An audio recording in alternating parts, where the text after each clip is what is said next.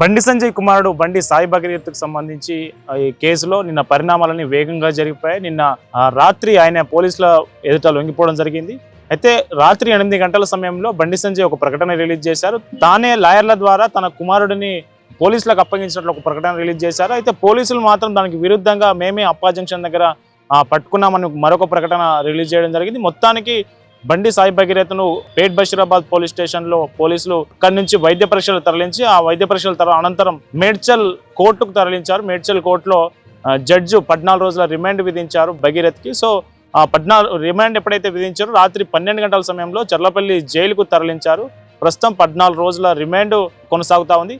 అయితే నిన్న ఎప్పుడైతే బండి సంజయ్ సంబంధించి భగీరథ్ తరపున హైకోర్టులో ఎప్పుడైతే బెయిల్ పిటిషన్ అట్లాగే రక్షణకు సంబంధించి యాంటిసిపేటరీ బెయిల్ కావచ్చు, అట్లాగే ఇంటీరియం రక్షణకు సంబంధించి కావచ్చు పిటిషన్లు వేయడం, వాదనలు జరగడం. సో ఈ వాదనల తర్వాత బెయిల్ లభించకపోవడం, ముందస్తు రక్షణ లభించకపోవడంతో ఒక్కసారిగా పరిణామాలన్నీ మారిపోయాయి. దాదాపు 5 టీంలను పోలీసులు ఏసీపీ రితురాజ్ నేతృత్వంలో 5 టీంలను రంగంలో దించి భగీరథ్ కోసం వెతకడం ప్రారంభించారు. ఇక్కడ సాగర్ సొసైటీ కావచ్చు, భగీరథ్ స్నేహితుల ఇల్లు కావచ్చు, అట్లాగే కరీంనగర్లో కావచ్చు, వాళ్ళ మేనమామ ఇంటి దగ్గర కావచ్చు. సో నిన్న 5 టీంలు గాలింపులు చేపట్టినట్టుగా వార్తలు వచ్చాయి. చివరికి రాత్రి 8 గంటల సమయంలో లాయర్ల ద్వారా భగీరథ్ పోలీసులకు లొంగిపోవడం జరిగింది. సో ఈ పరిణామాలన్నిటి తర్వాత బండి సంజయ్ ఒక స్టేట్మెంట్ రిలీజ్ చేశారు. చట్టం మీద తనకు అపారమైన విశ్వాసం ఉందని, ఇంతకాలం తన కొడుకు తప్పు చేయలేదనే విషయం తనతో పదే పదే చెప్పారని, సో ఆ నేపథ్యంలోనే కోర్టులో బెయిల్ కోసం ప్రయత్నం చేశామని, సో బెయిల్ వచ్చే అవకాశం ఉన్నా కానీ ఇప్పటికే ఆలస్యమైన నేపథ్యంలో తానే అసలు ఏం జరిగిందో నిజానిజాలు తేల్చేలా విచారణ అధికారుల మీద విశ్వాసం ఉంచుతూ తానే తన కుమారుడిని అప్పగించినట్లు ఒక ప్రకటన రిలీజ్ చేయడం జరిగింది. సో మొత్తానికి బండి భగీరథ్ కేసుకు సంబంధించి దాదాపు వారం రోజులుగా సాగుతున్నటువంటి నాటకీయ పరిణామాల నేపథ్యంలో చివరకు భగీరథ్ను తన తండ్రే కేంద్ర మంత్రి బండి సంజయ్ పోలీసులకు అప్పగించడం సంచలనంగా మారింది. ప్రస్తుతం 14 రోజుల రిమాండ్ తర్వాత మళ్ళీ కేసు వాదనలు జరిగే అవకాశం ఉంది. అయితే నిన్న బాధితురాలుగా చెప్తున్నటువంటి ఆ బాలిక ఎవరైతే ఉన్నారో బాలిక విక్టిము వాంగ్మూలం కూడా మేడ్చల్ జడ్జు రికార్డ్ చేయడం జరిగింది. విక్టిము అట్లాగే ఆమె తల్లి ఎవరైతే ఫిర్యాదు చేశారో వీళ్ళిద్దరి వాంగ్మూలాలను మేడ్చల్ కోర్టులో రికార్డ్ చేయడం జరిగింది.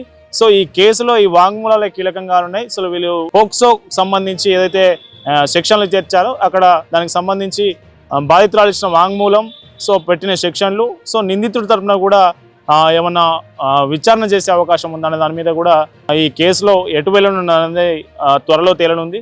సో మొత్తానికైతే ఈ బండి భగీరథ్కు సంబంధించి 14 రోజుల రిమాండ్ విధించినట్లు మేడ్చల్ జడ్జి ప్రకటించారు. దీంతో ఈ కేసుకు సంబంధించి ఒక ఫుల్ స్టాప్ పడినట్టుగా, అంటే ఇప్పటి వరకు రోజు వార్తల్లో సోషల్ మీడియాలో ఫేస్బుక్, ట్విట్టర్ ఇట్లాంటి అన్ని వేదికల మీద పదే పదే ప్రచారం దుష్ప్రచారం చేసిన నేపథ్యంలో నిన్న బండి సంజయ్ కుమారుడు పోలీసులకు లొంగిపోవడంతో అన్నిటికీ ఫుల్ స్టాప్ పడ్డట్టయింది.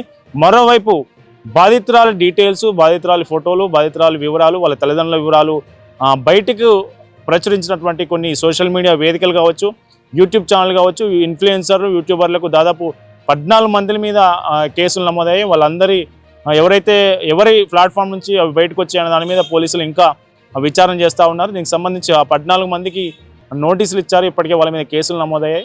సో ఈ కేసుకు సంబంధించి అయితే కొంతమంది అత్యుత్సాహం ప్రదర్శించి ఉన్నవి లేనివి వీటన్నిటిని కల్పించి దుష్ప్రచారం చేసే ప్రయత్నం అయితే చేసిన తీరు మనకు కనిపించింది.